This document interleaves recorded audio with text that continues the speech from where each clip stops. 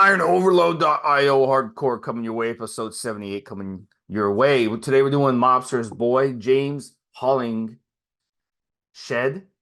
and we're doing his steroid cycle. Is that right, Mobster? Hollingshead? Hollingshead. His nickname is the Shed. Okay. Yeah.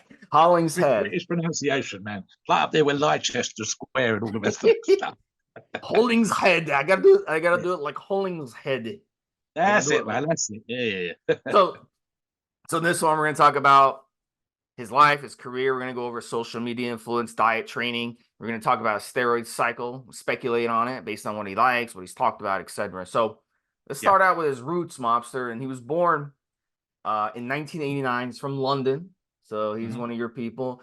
And he Yep. originally he was into boxing. That's big. I know that's big in the UK. He idolized Mike Tyson. I hope not for the person Mike No, Tyson, but no, the boxer, for the yeah. boxer.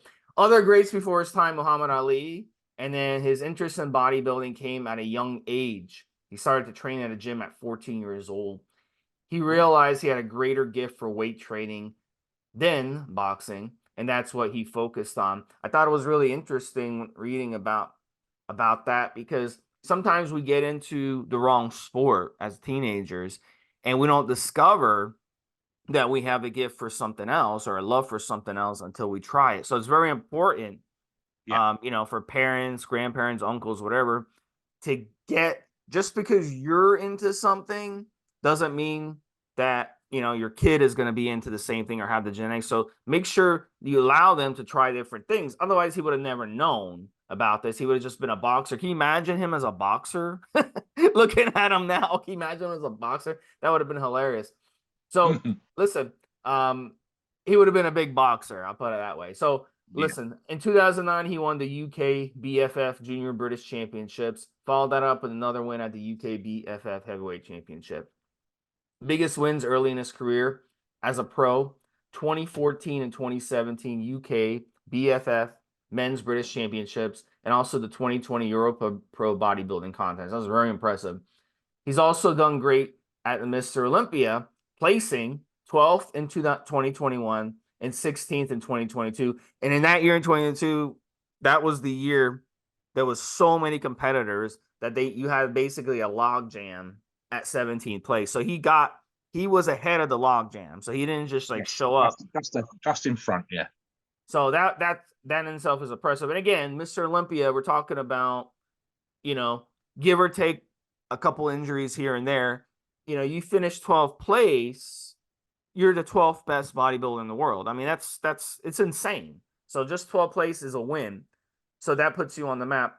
Peak competition stats, Mobster, 5'11", 255. Although he's gotten much bigger in the offseason. I thought I read something too that he was like 295 at one point, maybe even bigger than that. Mobster? Yeah, I've seen some photographs a few years ago, Steve, and as we say here in the UK, he's been an absolute proper unit, a proper lump, hairy bastard. Even more recently, when he was doing a tour in the States, this was pre-competition that he just recently did. He's a seriously big, very muscular guy. Absolutely, mate. And whether or not he can put on more size, I don't know. I'd like to see him coming dry and quality, but we're going to get into that as well. But yeah, he's definitely got a lot of meat on the bone. Absolutely, no doubt about it. All right, so let's get into some of his social media influence. He has got amazing social media, over 250,000 followers on Instagram alone, which is good. I mean, you got to remember, a lot of these guys on Instagram, they buy followers. So you'll see people with 100,000 followers because they spent like, 5 grand buying them. But these are legit followers. And you could tell by clicking on his things on his social media and how many comments there are, actual Yes. comments. And that will tell you'll see another person with 100,000 Instagram followers. You click on one of their things, and there'll be like 1 or 2 person comment. You're like, wow, that obviously they bought those followers. So it's Yeah. impressive that he's got that many legitimate followers. And he's also on many other sites, YouTube. He's got plenty of inspirational videos. One of the most impressive things about his videos is the sheer amount of strength he has, Mobster, which is mindless. So he reminds me a lot about you. You see some videos, he's got like 4 plates, 5 plates, 6 plates, 7 Yeah. plates, 8 plates, on and on, loaded up on the machines, you know. So he's a pretty strong dude, and I don't think he's just doing that as a, you know, and he's actually doing them on his videos. He's not. He's not doing it for Steve. That what I've Yeah. seen. I'm going to back you up on this. What I see are genuine filmed workouts. This is. I mean, I've seen again before he was half as famous as he is now, and he was kind of semi-famous even then. 6-plate deadlifts. I just yesterday for the pre-show research watched him doing 6-plate for rep squats. Definitely up there, 4.5, 5-plate on the bench. He is a strong motherfucker. The other thing I'm going to say this about the social media, and a couple of the people that you and I have recorded shows on recently, I'm going to put James in that mix, right? And here's the thing. I don't think he's doing certain things, as we've just emphasized, for the views or for the likes. What you see is what he's doing. It's not a performance designed to sort of get you to watch him doing 6 plates, this and 5 plates. That is what I did today. The other thing is he comes across very well in terms of the advice that he's putting out there. He talks about mistakes, so we're going to get into maybe, if we've got time, one of those mistakes that he's made with PEDs, how he feels in PEDs. He's out there with the Ask Me Anything guys, with the gang. There's 2, 3, 4 individuals that he's working with on a regular basis when he sits down and does the group discussions. And he comes across in a very forthright, you are listening to someone that's telling you what PEDs he's taking, what dosage he's using, why he thinks it's a bad idea, why he thinks it's a good idea, and so on and so forth. And if it's half an hour or an hour out of his day, a couple of times a week, you're getting good, solid information. And one of the things you and I have actually discussed, because the person we were doing an interview of a podcast this weekend, which we're recording for the forums, is be yourself. And I get the impression with James, that's what you see is what you get. There's not some sort of, like you said, with the buying followers on Instagram. The way that you progress is if you've got good information to put out there, but it's you telling people about your history and so on. It's not as some silly internet personality, not doing stuff for clickbaits or whatever else, but comes across. And James does that very well. I think part of that's part of the reason why he's become famous, part of the reason why he's popular, and obviously the other part will be the body that he presents on stage. The videos of training is a big muscular motherfucker moving some sheer weight. That's always going to be entertaining. If it's gritty, if it's raw, there's an element of the Dorian Yates blood and guts about that kind of stuff. I actually know buddies that train in a couple of the gyms that he's trained at in the past.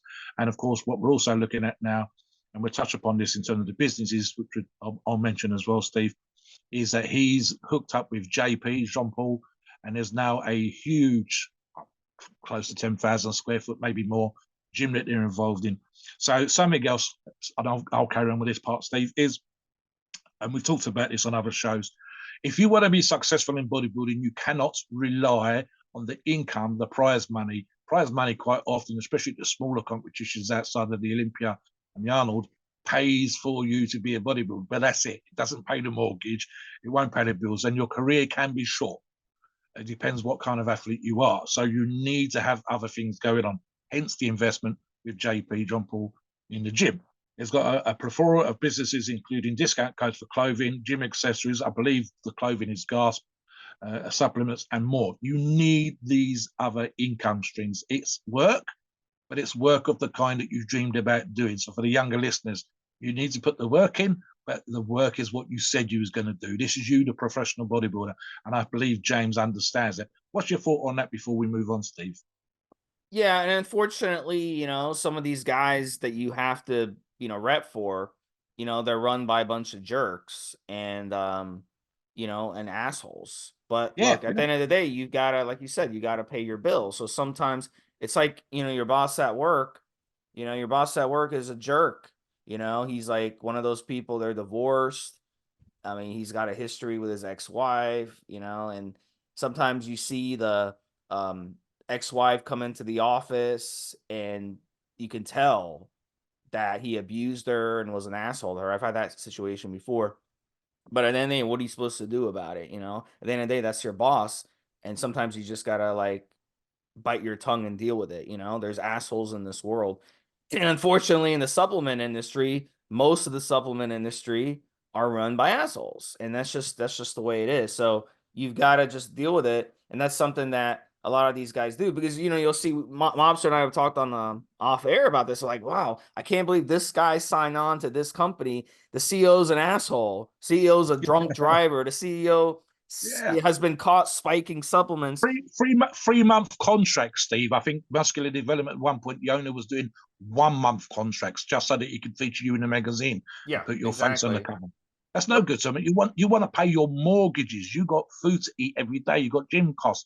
You got petrol just to drive to the gym Yeah. and back, gas money, and 1 month contract. That's no good to any person. You need to have a sort of a regular income coming in. Then So you they have can to do say, this. yeah, when later on you start placing top 10, so then they can say, yeah, this athlete is a guy that uses our supplements. No, motherfucker, he was you paid him for 1 month, he never even fucking used your Yeah, product. yeah, So that's how it works in the industry, guys. It's a shame, because I think this guy, I think James is a good guy. So it's a yes. shame that the industry is like this. But like I said, fuck, that's how this industry is. So let's move on to diet. And look, he says, I saw something where he says he spends around $210 a week on food alone. That's just one person, 210 For a him, week. yeah, Yeah. yeah, So, and I eat a lot of food myself. I do a lot of fasting, but I also, when I'm eating, I feast.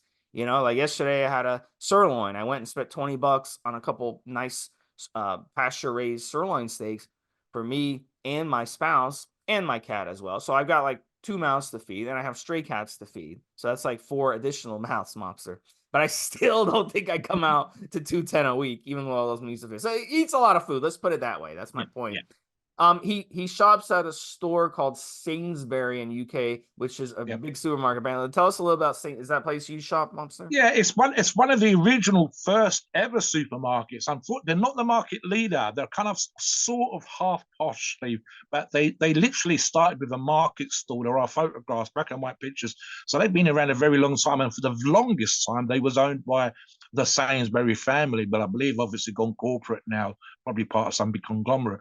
But it's kind of semi posh. It's like poor people that have got an extra few bucks. So it's nice. I haven't been there for a while. It's too far for me to go. But yeah, it's nice. It's a good place to shop, and they got some nice extra bits that you won't get in the cheapest supermarket. So I can see why he goes there. Certainly, he probably does a deal with a meat company, the protein companies, and so on. But yeah, 210 is probably more than that now. Steve. I've seen people $300 more.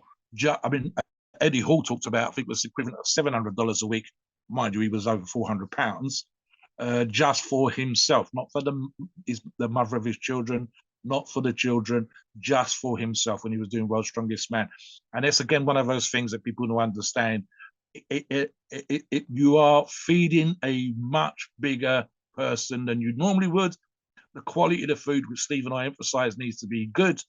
And of course, it's one of those things you can't avoid. How many times, Steve, have we seen people on the forums asking about eating at the deli, and we have to point out that those are nice treats, but they're not proper food. You and I emphasize organic. We all talk about chicken breast and meal prep and so on and so Yeah. forth. This I is know people, I know friends, their families, they eat out literally every day. Every day. They don't cook anything at and in the home. UK would be crazy expensive. I Yeah. couldn't You do it. can't do that as a bodybuilder. You have to meal prep No, properly as a no. bodybuilder. So the key is, being a smart shopper. So here's some diet ideas. Um, what I thought was interesting, he eats a lot of fruit. Good. Zucchini, which is a fruit, it's like a bitter fruit, but it's still a fruit. Banana, Yeah. berries, and pineapple. And the reason he does that, it's for the micronutrients. So he really likes those. I Pineapple is like the also, next one, Steve. I do what he does. He loves to eat pickled beets for the pump benefits, and I've actually emphasized this on the forum. I actually have a little pickled beet every night. It's in addition to my half daily Cialis, it's a natural vasodilator, and obviously blood pressure when you're training crazy and using PEDs is an issue. Obviously, the pump benefits is part of that as well, and it's super cheap, Steve. You've got to like the vinegar that he said. I know a lot of people don't like that, and I would never eat a raw beet. That would be horrendous. I can see you before bed. You got this big thing of beets, right? And then liquid, and you like open it up and you stick your dirty hand in there Do you know what I do, after Steve? going to I the literally gym, have and a you grab slice. one. It's like dripping Yeah, water I out do of that it when back my into the food's cooking. jar, Yeah. and then you Literally when offer my it food's to, cooking, I have a slice or a small pickle. Yeah. and then you take it with you to the gym and you offer it to other people who go around, and they Can stick you imagine? their Stick it dirty behind hand my in ear, there. have it for later. Like It's a like bit the of fuck gum or something. when they grab one out of there, right? Their hands dripping the Yeah. water back into the Oh jar, man. and you go and Yep. you eat it. You're like, man, I don't give a shit. I'll eat I've this done it one. before, Steve, but I've forgotten to put the lid on properly. Ah, for fuck's sake, it looks like someone, been on a murder, because there's all this red beet juice on the floor. I got to clean this shit up. So yeah, it's weird, but it's one of those things. Again, certain foods, and this is get to our younger listeners. Some of you don't like vegetables and stuff like that. But Steve emphasised fruits. I emphasise fruit and the vegetables, especially the vegetables, Steve. And it's weird in that certain people don't like pickles. I'm not a big fan, although occasionally I have one just to make my eyes wrinkle on the pickled onions. But pickled beet specifically, you can buy beet juice. Don't get the beet drink. But you can buy beet juice in the supermarket. This is one of those things you wouldn't think was a big deal, but kind of is. Mostly because Steve and I are big on fruit and vegetables and the benefits for your body and the vitamins and so on. But specifically in this case, it literally will enhance the pump because it's a natural vasodilator, which means it expands the blood vessels, which means it's good for blood pressure. And of course, ironically, Steve, in addition to Cialis, it's actually good for erections. So it's one of those little inside tricks that most people wouldn't think is a big deal. I'm not having loads of this. I'm literally having one slice while my food's cooking over night time. And it's interesting to see that he actually mentions this in there as, again, one of those little insider tricks that you wouldn't think you'd benefit from, but you do. And it's there. It's actually a really nice vegetable to It's have. good. But It's good raw for bits pump. would be horrendous. Yeah. It's a good natural way to get more pumps Yeah. at the gym. So you guys can try that before the gym as well. And then let me finish up some of his other diet tricks. 5% beef mince and chicken breast. He also likes smoked salmon, although he does admit it contains a lot of sodium, so be careful. You don't want too much sodium, and you don't want to throw your electrolytes off too much. So make sure you drink plenty of water. And then other food choices: fat-free yogurt, orange juice, frosted flakes, olive No, that's oil. horrendous shit. Good grief. Yeah, and it's likely, from the insulin use, he's getting the frosted Yes, flakes. yes. But the UK frosted flakes is much better than the American version, Probably, which but is it's all still sugar. not a recommended. No, it's not. Oh no, man, come on. So that's one of the things in there, little junky foods he eats. And then 5% chips is another one, but also rice and avocado and olive oil, which is important. The avocado and the olive oil is good for fats. And then he avoids soda and sauces. And he likes to flavor his food simply with salt and pepper to keep it simple. And look, I had my sirloin yesterday. I didn't use anything to flavor it. I just cooked the sirloin, didn't even put salt and pepper. But salt and pepper works great on red meat. So that's really all you need. You don't need to drench in all this barbecue sauce and all this stuff. So let's get into the training. So here's the thing, and I actually kind of like the point that he made. So there are multiple training videos. I've seen stuff that he's done at one particular gym for years, on and off, and so on and so forth. But I actually like the fact that he posted comments to associate and talked over the video, which I think his wife ended up spotting him on, wife or partner ended up spotting him on.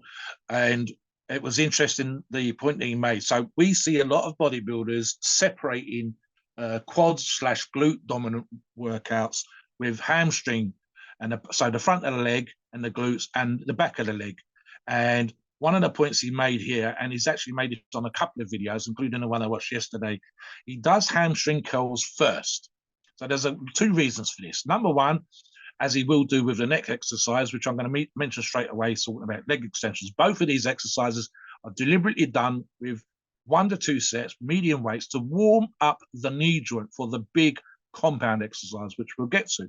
But what he also says, and this is the thing that I liked, he says if he does hamstrings at the beginning, he has the energy to work the hamstrings at the beginning.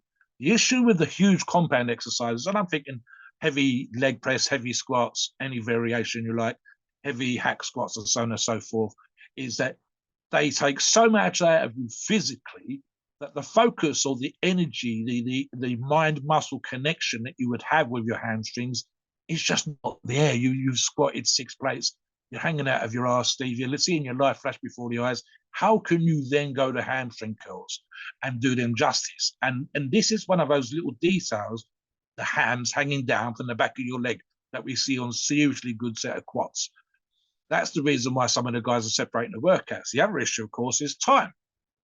If you're busy doing social media, if you are trying to pay attention to what's happening in the rest of your life, if you're doing all the things you need to do as a professional bodybuilder, you are kind of limited, Steve. And bodybuilding, weightlifting, etc., at the pro level is kind of selfish. So are you one of those people that's doing 2 workouts a day, quad in the morning, hamstrings at night, quad on a Monday, hamstrings on a Thursday?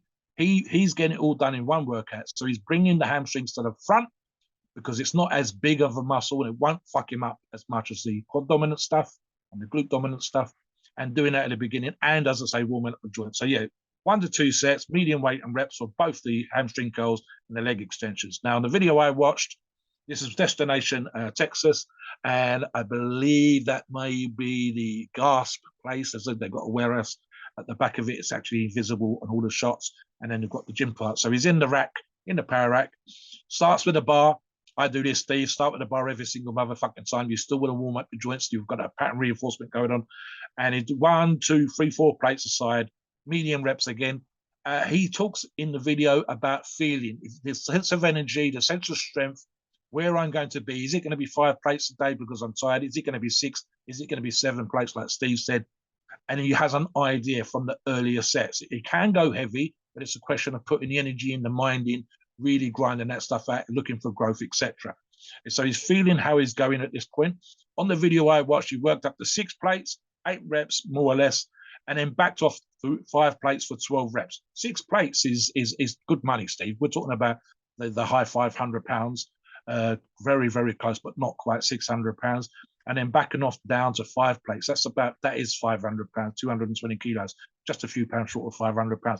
And again, you've done 4 or 5 sets at this point. You're working up the decent weight. You've already done leg extensions. You've already done curls. The leg extension alone is going to fuck your quads up. And then you're squatting the big heavy weights. He then did another set of hamstring curls, but this was more of a back off set. I think it's more for the pump. And again, although he didn't have the energy now, he would have still used some of the energy from the beginning. And then he does another adductor work. This is something I've never done, Steve. You will see bodybuilders, you're looking to fill in the gaps in your physique, so the inner thigh in this case. And then the calves, 3 to 4 sets. Looking at his quads, Steve, and again, it's just a question of dryness. He's got size of plenty, calves size of plenty. This is probably just this is not a details workout, Steve. I think this is just mass on the bone kind of workout. Detail, and I'm going to say timescale wise, this will be after his most recent competition. So we're not looking to force detail in. And I suspect, as always, there'll be other variations of leg workouts in there. So, yeah, I mean, look, I've seen a bunch of exercises and he will always tell you the reason why he's doing it. No bodybuilder, myself, Steve, none of us do the same workout all the time. So it will vary through the year. But there's medium weight on the smaller exercises, but he's working up to big weight on the big exercises. Big exercises will always put the most muscle on the bone. And I'm having this conversation on the forums and in person. You sometimes just got to work your asses off to grow. So don't be scared of getting big and strong by doing the hard work that needs to be done. And James is definitely a good example of that, Steve. Now, I'll touch upon the next one, which Steve and I are going to have a back and forth on. And we can tell you exactly what his most recent stack was, and we will do so. But it's interesting for me, Steve, with the 2 examples that you and I have got to refer to today, that he's sitting down both on the podcast when he's doing the group chats and doing commentary over videos that he's done, etc., and just sitting down in front of the camera. He is telling people precisely how it feels when you're on high dosage PEDs, the necessity or otherwise of high dosage PEDs for professionals, and the mistakes that he's made and he thinks that other pros are making, for example, with insulin. So I like the fact that he's out there. He's not just, we find it's difficult sometimes doing these shows to find the detail. And we second guess because we know what most pros are doing. We know that some use loads. We know that some do not. James is telling you. So that honest, put it out there, no fucking about approach is great. But equally, he's saying, this is why I do what I do. This is how sometimes I feel, good, bad, or otherwise. And so this is the good, the bad, and the ugly, Steve. Let's get into what we think he's doing for steroids, but what we know he's doing for steroids. Yeah, and he wrote on Instagram about his steroid use regrets, and Mobster and I both kind of emailed each other and said, "Hey, check this out." So I'll read a little bit about this passage. So he says, "It's not cool or fun or flashy. It's seeking longevity, paying for scans, doing bloods, trying to live all the while improve at what we do. The fundamental component of improving is health, allowing it to be the case. Not 100%, but I try my best to uphold that message. Try not to be reckless.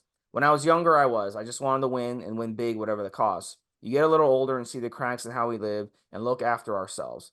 So if I have any advice to share, it's this. As soon as you decide to pursue bodybuilding, make sure the first pill you take isn't D-Bolt, it isn't Androl, it isn't Clem. Check blood pressure often, check the above mentioned, then you'll make a healthy progress, and healthy progress is better than progress at any cost. So that's what he said. So it seems like he's backed off a lot on his steroid use, but we'll have to Yeah. see if that's something, he regrets or he doesn't. A lot of bodybuilders suffer from bigorexia. So, Yes. and unfortunately, that's one of the things that we've seen guys who've passed away on.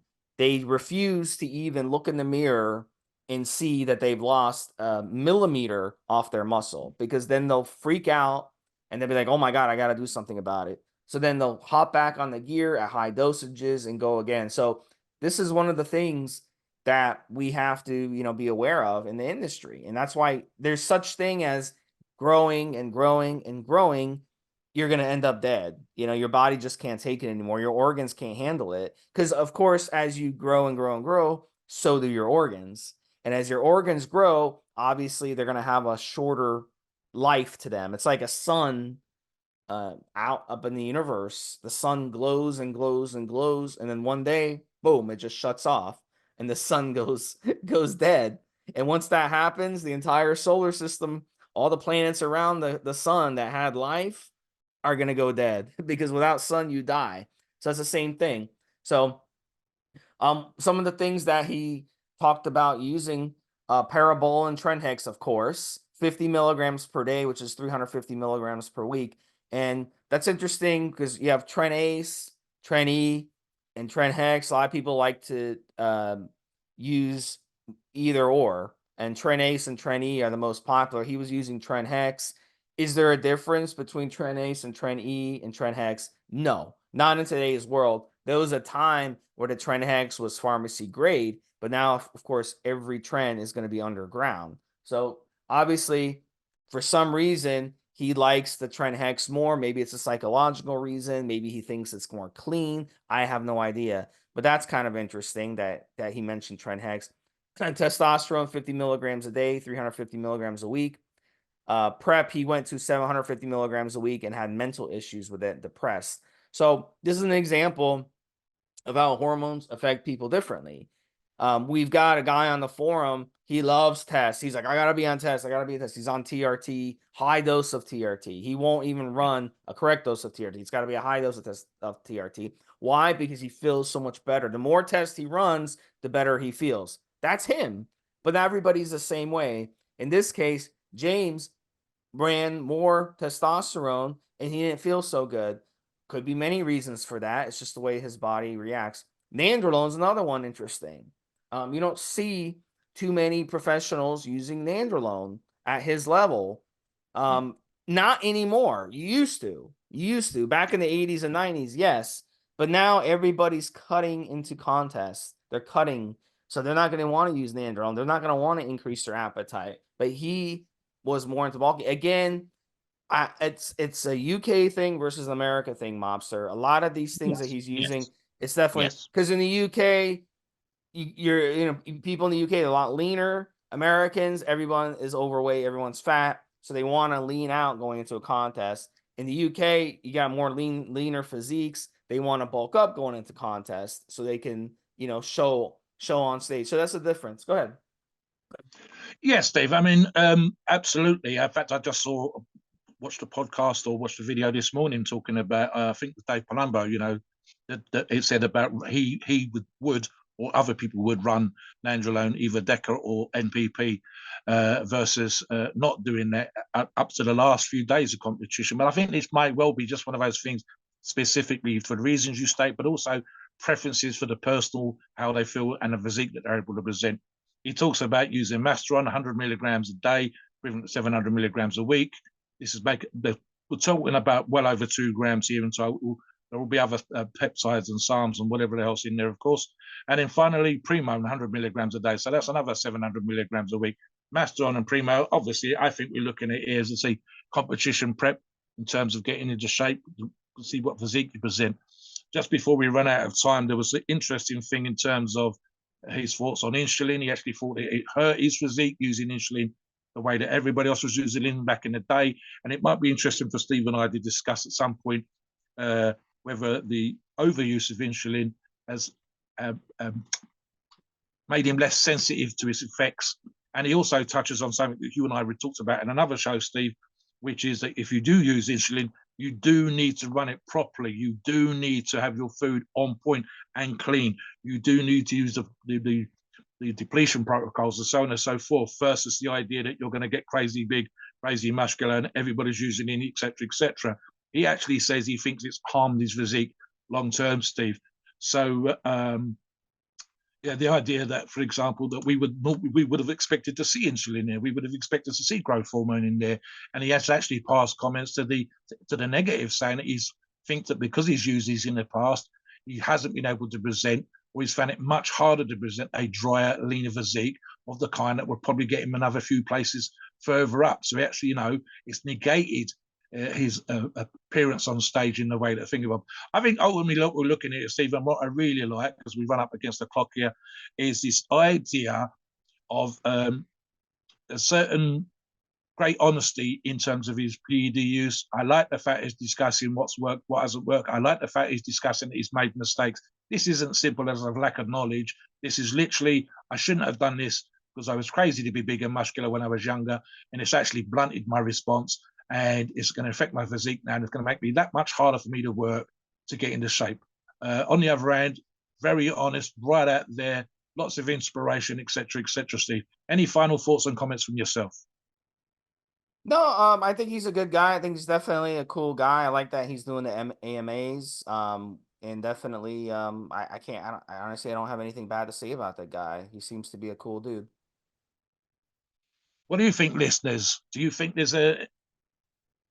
Do you got any comments? What do you think about James's training, his PED use, his honesty? Good, bad? Is he putting out information that you're enjoying? Let us know in the comments below. Come onto the forums to check out the article that's associated with. We'd like to hear what you think. Please note, we are not doctors and the opinions are ours. It's our view based on our experience and views on the topic.